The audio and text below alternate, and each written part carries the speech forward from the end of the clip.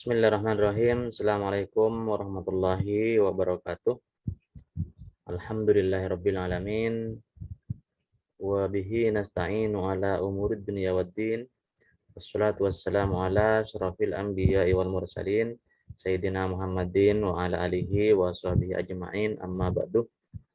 Alhamdulillah, pada kesempatan ini kembali lagi kita bertatap muka, bermuajahah dalam keadaan sehat walafiat. Mudah-mudahan kita senantiasa dan selalu tetap berada dalam lindungan dan rahmat Allah Subhanahu wa taala. Amin ya rabbal alamin. Pada bagian kali ini kita akan menjelaskan tentang penjelasan. Nah, penjelasan ini seringkali kita butuhkan, terutama dalam mengungkap hal-hal yang janggal. Sebuah fakta dijelaskan atau diterangkan manakala kita tidak semata-mata menyatakan apa adanya, tapi kita menjelaskan hubungannya dengan fakta-fakta lain. Untuk mengetahui bagaimana fakta itu berhubungan dan tergantung dengan lainnya, dengan penjelasan, maka fakta itu tidak lagi merupakan informasi yang terisolasi, melainkan dipahami sebagai bagian dari sistem tatanan dan bentuk universal. Apa itu penjelasan? Penjelasan adalah sekelompok proposisi yang menerangkan suatu fakta. Dengan keterangan itu dapat disimpulkan secara logis, sehingga problematik atau keraguan yang menjelubungi fakta itu dapat dihilangkan. Kejanggalan-kejanggalan yang ada di sekitar fakta itu bisa dihilangkan seperti itu. Jadi inilah yang dimaksud dengan penjelasan seperti itu. Kemudian berikutnya adalah sifat penjelasan. Nah, berdasarkan sifatnya, penjelasan itu ada penjelasan ilmiah, ada penjelasan non-ilmiah. Yang disebut dengan penjelasan ilmiah ini adalah penjelasan atau keterangan yang dapat dibuktikan secara logis atau secara indrawi, dapat dibuktikan secara nalar atau secara indrawi, seperti itu. Nah, contohnya misalnya ketika memberikan penjelasan tentang bukti adanya Tuhan, dijelaskan dengan cara-cara yang logis, dibuktikan dengan bukti-bukti yang logis, rasional. Nah, ini merupakan penjelasan ilmiah. Atau malah bisa dibuktikan secara indrawi misalnya, tentang sesuatu yang kita butuhkan penjelasannya. Nah, itu adalah merupakan penjelasan ilmiah seperti itu. Nah, penjelasan itu disebut dengan penjelasan tidak ilmiah atau non-ilmiah, adalah keterangan yang tidak dapat dibuktikan secara logis atau secara indrawi, sebaliknya dari yang tadi. Karena permasalahannya tidak relevan, atau karena tidak mungkin dibuktikan, seperti itu. Tidak mungkin bisa dibuktikan. Contohnya misalnya, bila seorang pegawai menerangkan bahwa keterlambatannya karena sedang terjadi kelaparan di India, atau karena pesawat terbang Korea ditembak Uni Soviet, maka penjelasan ini tidak ada relevansinya dengan pokok masalah, sebab pegawai tersebut tinggal di Indonesia. Nah, seperti itu. Jadi tidak relevan. Nah, kalau dia menerangkan bahwa keterlambatannya karena Tuhan menghendakinya, misalnya, sebab ia adalah maha kuasa untuk membuatnya terlambat, ini juga bukan penjelasan yang ilmiah, karena hal ini tidak bisa dibuktikan kebenarannya secara empirik. Nah, seperti itu. Termasuk di antara penjelasan yang tidak ilmiah adalah penjelasan yang berdasarkan atas ketahyulan. Seperti misalnya banyak pandangan-pandangan tahyul dari cara berpikir orang terdahulu. Kapal terbang yang memuat jemaah haji Indonesia jatuh di India bagian timur karena jin-jin pegunungan Himalaya tidak rela wilayahnya dilewati kapal terbang asing.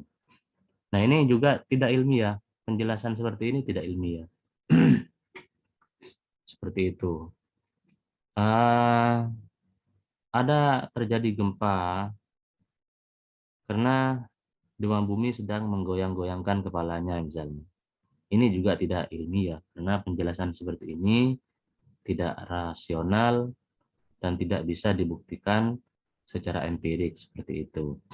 Jadi ini yang perlu kita pahami, bahwasanya ada penjelasan ilmiah dan ada penjelasan yang tidak ilmiah agar kita bisa membedakan antara keduanya.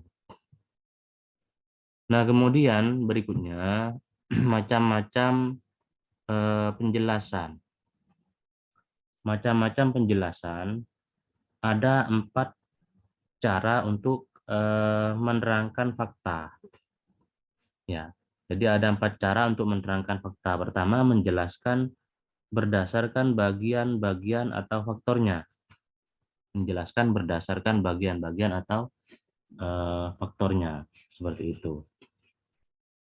Jadi ini menjelaskan berdasarkan bagian-bagian atau faktornya adalah cara menjelaskan di mana kita menganalisis sesuatu berdasarkan unsur-unsur pokok, suatu kenyataan, serta hubungan pastinya antara masing-masing unsur-unsur pokok itu. Seperti itu. Nah, misalnya dalam perjalanan sejarah, karena suatu tujuan praktis atau karena adanya penyelidikan, orang mulai meneliti tentang hakikat sesuatu. Ya, mereka kemudian menemukan bahwa sesuatu yang mempunyai jenis yang sama, mempunyai persamaan dalam strukturnya. Mereka meneliti komponen-komponen dari suatu barang, akhirnya mengetahui hubungan antara bagian-bagian yang bermacam-macam itu, serta hubungan antara bagian-bagian itu dengan yang lain secara keseluruhan, seperti itu. Jadi penjelasan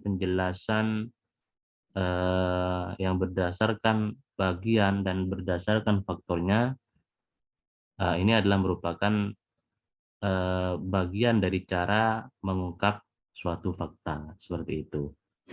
Nah, kemudian berikutnya adalah menjelaskan berdasarkan keadaan dan kondisi. Penjelasan berdasarkan keadaan atau kondisi. Ini adalah cara menerangkan suatu berdasarkan sesuatu yang lain dengan keadaan di luar dirinya. Untuk mengetahui bagaimana suatu fakta partikular melahirkan dan bergantung terhadap faktor lain dalam susunan yang lebih besar, dan bagaimana suatu fakta tidak akan muncul dalam keadaan tertentu.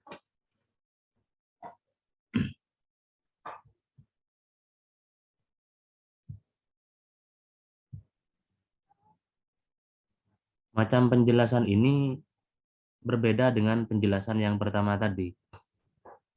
Ya, karena sekarang kita hendak mencari bagaimana hubungan sesuatu dengan sesuatu di luar dirinya. Pada macam pertama kita menjelaskan juga hubungan sesuatu dengan sesuatu, tetapi masih dalam lingkup dirinya. Sedangkan dalam penjelasan ini menjelaskan antara hubungan dirinya dengan sesuatu yang di luar dirinya. Nah, seperti itu. Orang-orang primitif menganggap bahwa sesuatu itu adalah sempurna dirinya tanpa hubungan dengan sesuatu yang lain. Mereka tidak mengenal bahwa sesuatu itu merupakan komponen, bagian, anakan dari sesuatu sistem yang lebih besar. Mereka tidak pernah melihat dunia ini sebagai sesuatu keseluruhan. Jadi bagi mereka sesuatu itu merupakan potongan-potongan wujud yang terlepas, yang keadaannya tidak berkaitan atau berhubungan dengan yang lain. Padahal setiap fakta itu mempunyai hubungan yang pasti dengan fakta yang lain. Dan baru oleh pengetahuan modern, manusia ini diantar untuk mengetahui hubungan-hubungan yang tidak berubah antara fakta-fakta ini. Ilmu pengetahuan modern dengan penemuannya menunjukkan bahwa setiap wujud dalam alam ini mempunyai hubungan dan ketergantungan dengan yang lain. Nah, dengan kenyataan ini kita semakin sadar bahwa benda-benda di alam ini mempunyai susunan, keteraturan, dan sistem. Semakin bertambah pengetahuan kita akan benda-benda, semakin bertambah pula pengenalan kita, baik secara penyelidikan maupun penyimpulan bahwa alam ini bukan merupakan kumpulan yang kacau, melainkan merupakan suatu susunan yang sistematis, teratur, yang menunjukkan adanya suatu pola yang universum. Nah, seperti itu. Jadi ini cara penjelasan yang kedua. Nah, kemudian penjelasan yang ketiga adalah penjelasan berdasarkan hubungan sebab akibat. Nah, jadi ini berbeda dengan penjelasan yang pertama dan yang kedua. Jadi pada penjelasan ini kita berusaha menjelaskan suatu fakta berdasarkan hubungan kausalitas. Nah, sebagaimana yang sudah kita pahami pada penjelasan kausalitas, ya. Nah, kita telah menyadari bahwa tidak ada suatu peristiwa terjadi secara kebetulan. Ada suatu susunan yang konsisten yang melahirkan adanya peristiwa-peristiwa itu di dalam perjalanan waktu. Kita telah lama menyadari bahwa apabila dalam suatu kondisi tertentu terjadi, maka peristiwa tertentu yang tetap akan mengikutinya. Nah, kita kemudian menyadari bahwa kondisi tertentu yang melahirkan peristiwa yang terjadi kemudian adalah merupakan sesuatu yang esensial, yang kemudian kita sebut sebab. Sedangkan peristiwa yang terjadi kemudian yang secara tetap muncul manakala kondisi tertentu terlaksana, kita sebut hal itu dengan akibat. Nah, seperti itu. Nah, cara menjelaskan berdasarkan bagaimana suatu peristiwa itu terjadi dengan melihat kondisi yang menyebabkan lahirnya peristiwa itu adalah cara menerangkan berdasarkan sebab akibat. Nah, jadi kita sudah membicarakan hal ini pada kajian logika, penalaran logika melalui metode kausalitas seperti itu.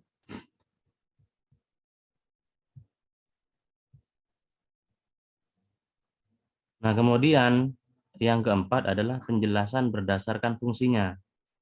Jadi kita bisa menjelaskan sesuatu berdasarkan fungsi, berdasarkan kegunaan.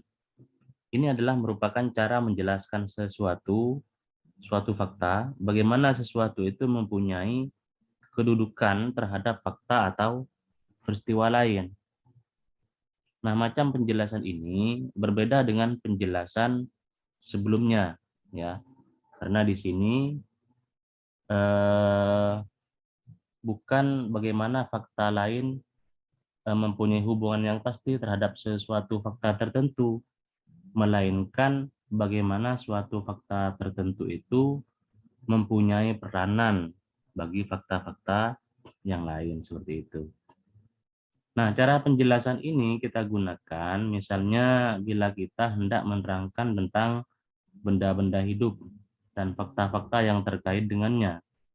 Nah, kita dapat menggunakan penjelasan dengan cara ini. Manakala kita ingin menerangkan hidung yang kita miliki apa fungsinya, misalnya. Juga tentang fungsi dari lebah madu bagi bunga, tentang musik bagi jiwa raga manusia, tentang klorofil bagi tumbuhan, tentang presiden perannya bagi pemerintahan, tentang matahari bagi kehidupan, tentang jantung bagi tubuh dan sebagainya. Jadi ya kalau kita ingin melakukan penjelasan ilmiah, nah kita bisa menggunakan 4 cara ini dalam menjelaskan suatu fakta. Ya, jadi bisa menjelaskan sesuatu dari sisi bagian dan faktornya, bisa dari keadaan atau kondisinya dengan sesuatu yang lain, bisa menjelaskan tentang berdasarkan hubungan sebab akibat, dan bisa melakukan penjelasan berdasarkan peran atau fungsinya, seperti itu. Jadi demikian yang bisa saya sampaikan pada kesempatan kali ini. Kurang lebihnya mohon maaf. Wassalamualaikum warahmatullahi wabarakatuh.